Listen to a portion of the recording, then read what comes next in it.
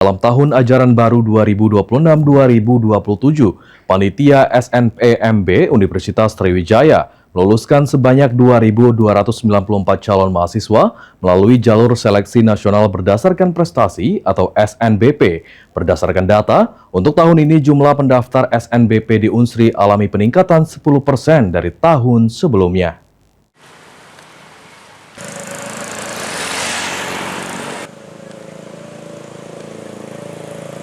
Dari 24.432 pendaftar, akhirnya hanya 2.294 calon mahasiswa yang lulus dalam jalur seleksi nasional berdasarkan prestasi atau SNBP tahun ajaran 2026-2027 di Universitas Sriwijaya.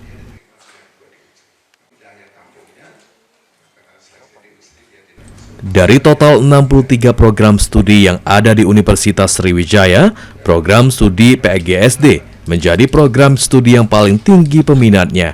Berikutnya disusul program studi pendidikan kedokteran gigi. Dan untuk program studi komputerisasi akuntansi menjadi program studi paling sedikit peminatnya. Selanjutnya, dengan kelulusan tersebut, para calon mahasiswa harus melakukan tahapan daftar ulang yang dimulai dari 1 hingga 30 April.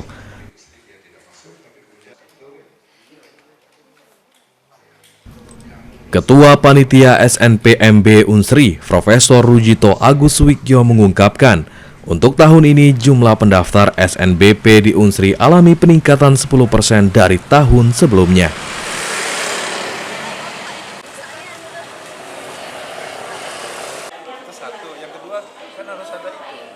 Dilihat dari perkembangan yang ada, sebenarnya tahun ini dengan SNBP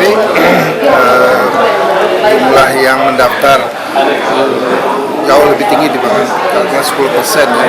Yang diterima itu sudah menunjukkan bahwa Unsri juga termasuk salah satu perguruan tinggi negeri yang diminati.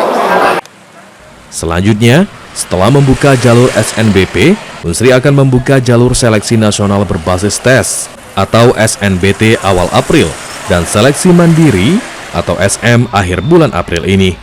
Tim Liputan PAL TV.